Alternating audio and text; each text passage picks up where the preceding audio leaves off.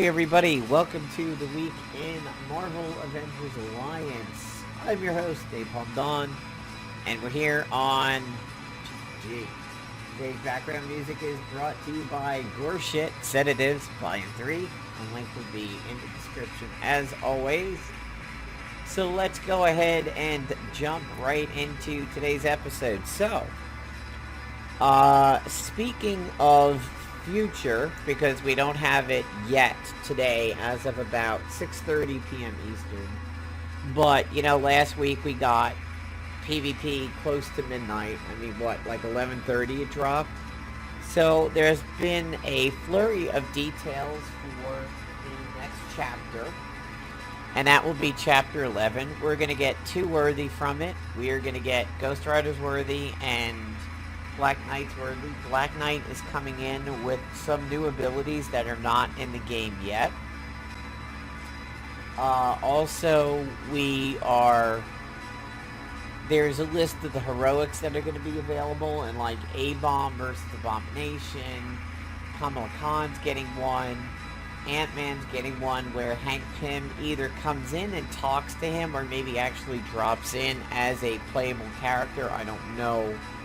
But basically, like, Ant-Man realizes his ant attacks are causing him more harm than good. So Pym comes in. He's like, no, let's give you some other stuff. Excuse me, a little tired. We're going to be dealing with Crossfire in one of the heroics, who is actually somebody that we deal with in Marvel Avengers Alliance-New. He's actually kind of strong a few times in Marvel Avengers Alliance-New. He was in the Pym Spec Ops, I believe, and he was actually kind of obnoxious. We're gonna finally get to fight Cole, and Cole looks like he's gonna be pretty bad. It looks like he does a stacking fear effect, and he's immune to fear. So there's gonna be some interesting ones coming up. Squirrel Girl's getting an ISO. Kamala Khan is, and some others. A-Bomb, of course. Pym is getting one. Or not Pym, Ant-Man. And there's a few others. Every chapter is going to have a heroic boss. Other than 4, but 4's got something special going on with it. So there is a high chance we will see it by the end of next week. If not possibly 11, 10 o'clock today. Who knows?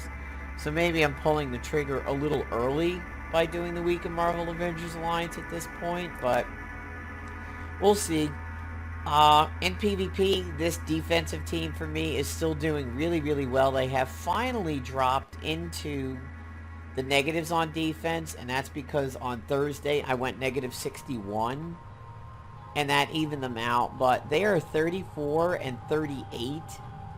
So they finally dropped into the negatives, and I actually took an offensive loss yesterday to a team, believe it or not, that has only won twice on offense, and I was one of the victories. I was already mad at that loss to begin with, and then when I saw that, I'm like, oh, just everything can go fuck itself. I mean, he was a blaster agent running the full-on psychic set with the psychic fist, and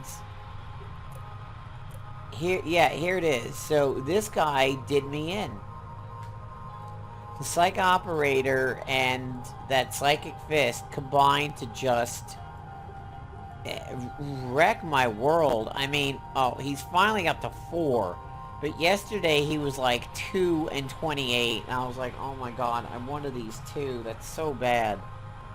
And he's not, I mean, his armory is just crap on defense, and he just got really lucky with a lot of psychic fist attacks, and the cerebral agony was kind of stacking, and it just came out of nowhere, and I'm like, it's like Kyle's mom from South Park. I was like, what? I was just losing my brain as that match was going on and just getting more and more angry at it. But defense has been doing pretty good. It's still the Toxic Agent with the Laud, Psych Operator, the Cube, the Lunacy, and the TOE. I see that I'm taking a lot of psychic set defenses. So, I mean, it's still very much in the meta, even for offense. Probably the biggest meta that I'm seeing when I look at my battle reports. Offense is still the Lunacy, which has some weird interaction with the Generalist Flight Suit and gives me an extra turn. The LOD, the weather control device, it's so nice to have this again. I feel like I'm reconnecting with an old friend that I used to have, like, beers with at a bar and just, you know, shoot the shit with for like 3-4 hours and just laugh. It's so nice to have this back and to not be a tactician and piss off enemy cloak and daggers when I use it, and it's come in handy. The cube because of Faiza, the scroll of Runa Marath, which comes after the cube, and it's the Generalist Flight Suit, Cloak and Dagger, Spitfire, and they've only lost twice. Once was a broken refresh after I had slaughtered the guy and won the match, and one was a legit loss. So they're doing pretty good. I ran an experiment on the stream today, and this is due to the patch notes. So, if you haven't run into the patch notes yet, Cloak and Dagger is once again immune to despair. This time on purpose. The first time she was immune to despair, we never really got a reason why. She just was. Then Playdom was like, alright. We got that fixed, don't worry. And now she's back to being immune to despair again, because Playdom has said despair is a dark effect. She is immune to dark effects. So there you go. Blinding Light. Immune to blinded and dark effects. Chance to preemptively counter melee attacks. Blinded off balance. Winded. So, she is now immune to despair on purpose. For the hell of it, I tested out a team on offense, making note of the patch notes about despair being a dark effect.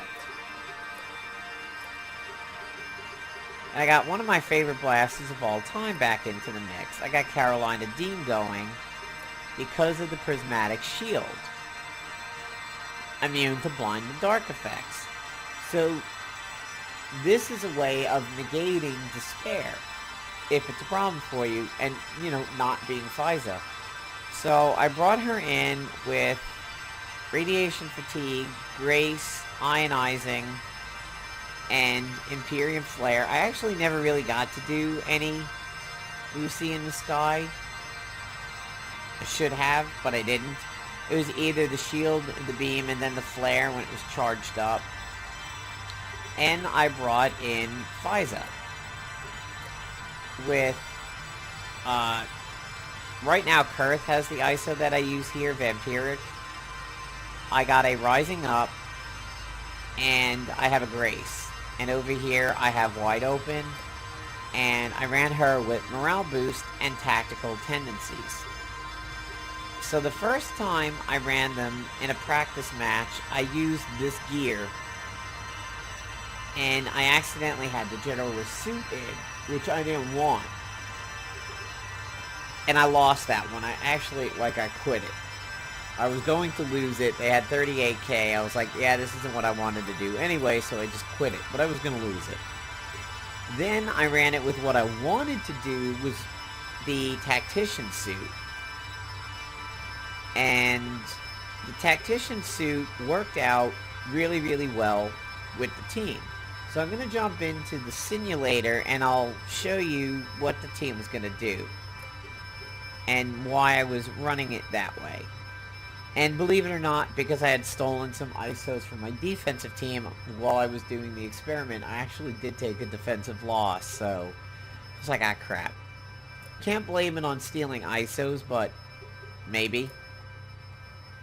So if you haven't already seen Sin in Marvel Future Fight, she looks pretty much exactly like this Sin. They did a really good job of using a similar outfit. So I'm not going to steal the ISOs, but at least you guys will be able to see the tactical suit in action. And the tactical suit will affect Karolina and Faiza pretty nicely.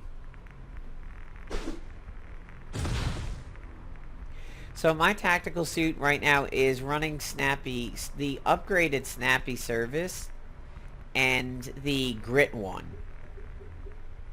So over here, you know, I'm still protected by the shroud. I'm just gonna have Faiza do that. By the way, my Faiza level 1, right off the bat in PvP, because of the tactical tendency, she did a lot of damage.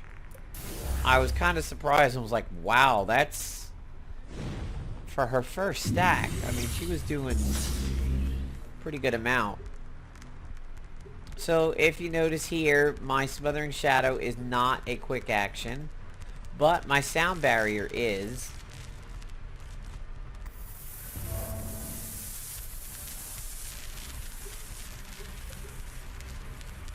This rocket pistol, man, if you don't have one of these, I highly suggest you pick it up in the store.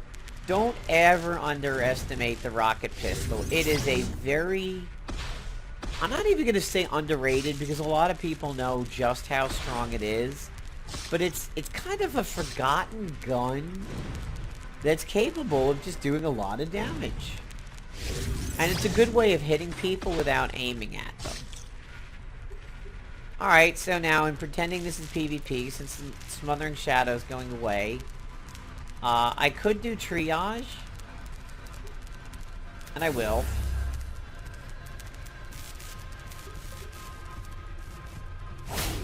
Now, the good thing about the flight suits with Karolina is that the flight suits are energy.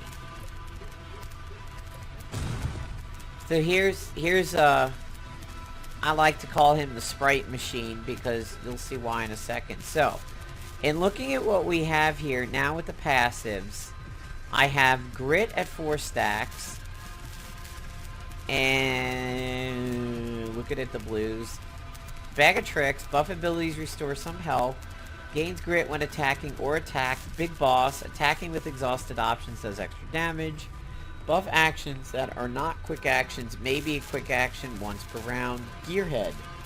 Buff and debuff actions become quick actions. Gearhead spreads to everybody. And that's why I'm running it with Karolina and Faiza.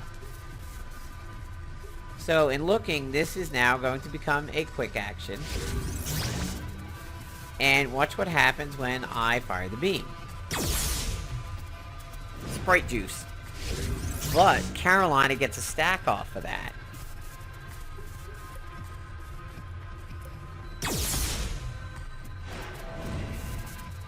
And she gets another stack, and, you know, I'm, like, still going over here. And let's not forget, the beam applies flanked. So here, we can use Bright Blade as a quick action, which is why I'm running this setup. And that still leaves me an option of either attacking, or triaging, or oathing. So now, I've run into this a few times lately with discussions on Faiza. Kingfisher had it in his video. One of the members of my groups was saying, what ISO should I put on Faiza? And somebody recommended Despair, and I said, I wouldn't do that.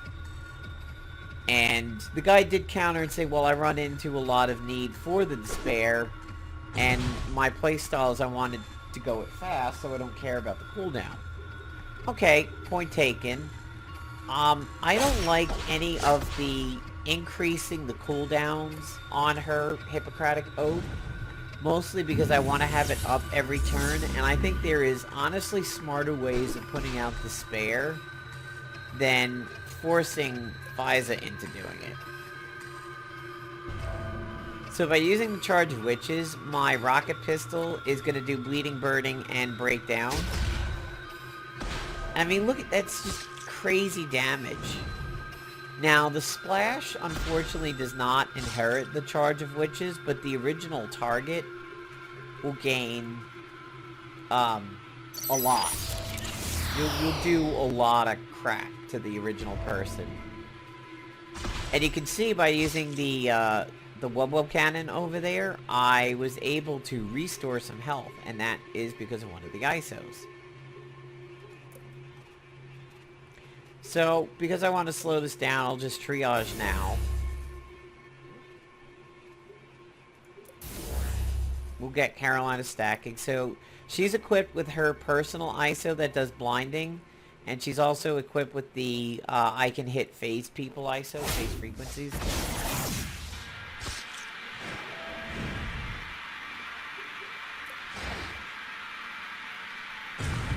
And you can see, I mean, my agent's restoring health like crazy. Look at how buffed my agent is right now with this setup. That removes buffs and does flank.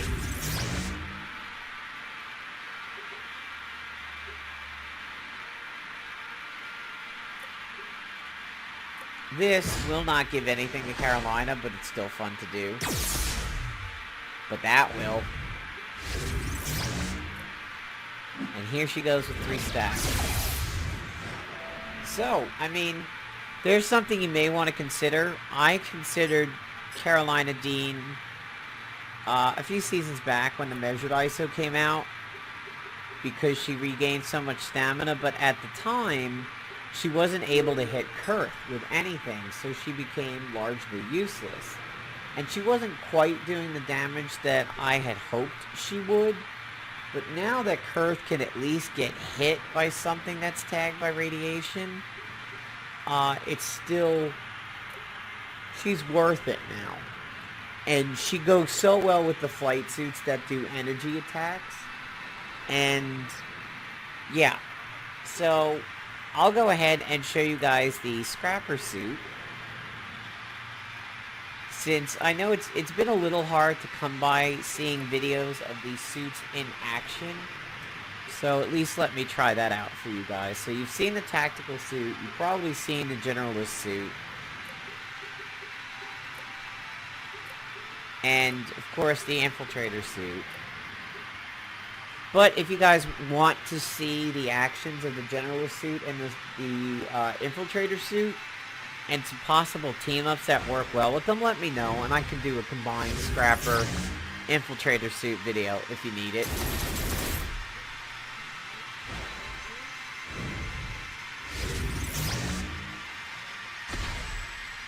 So there is Blinded in effect. Blinded didn't seem to work too hot in PvP. She blinded a few people, and I would say 3 out of the 4 blinded people still actually managed to hit. 2 of which were Kurth.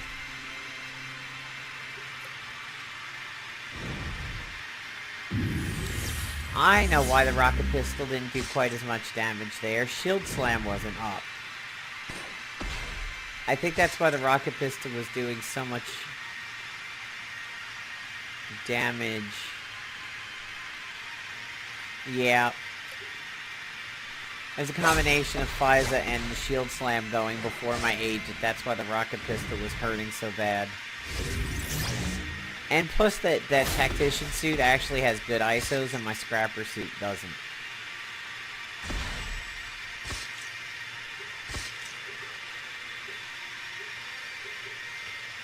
Alright, so what I'm going to do is I'm going to go ahead and clean myself off before I get into the suit. And now we will go into Scrapper suit mode. And you'll see I have the insult to injury ISO, follow-up attack, supply, reduce potential. I have Master Fighter. There's Hard Shell on there too. And nobody else is really gaining any passives over here. And looking at the abilities, ranged, energy, and tech. So this one will help Karolina. But ground control is a melee attack, which will apply reduced potential.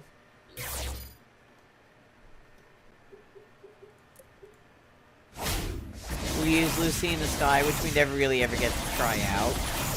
Lucy in the Sky is used best not really to try to kill people, but for the stun.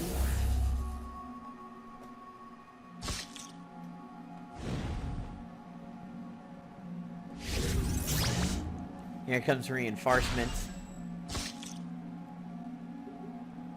So the suit has a quick action that basically gives you the blind justice, plus a little bit more. You get wind up. We have a ranged attack that does grounded, impaired, neutralized, and cornered. We have the off-balance, winded, pincushion, pain, fatal blow. And then we have the exploit opportunity and ignored defense one and the fatal blow and blah, blah, blah. So, we'll do speed up. We'll do this to give Karolina a stack.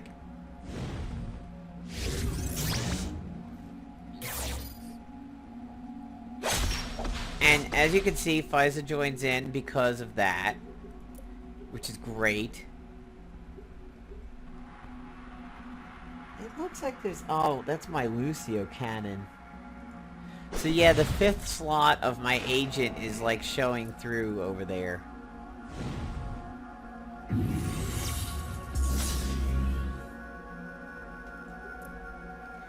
Lead by light is up to 2, so we may as well finish it off.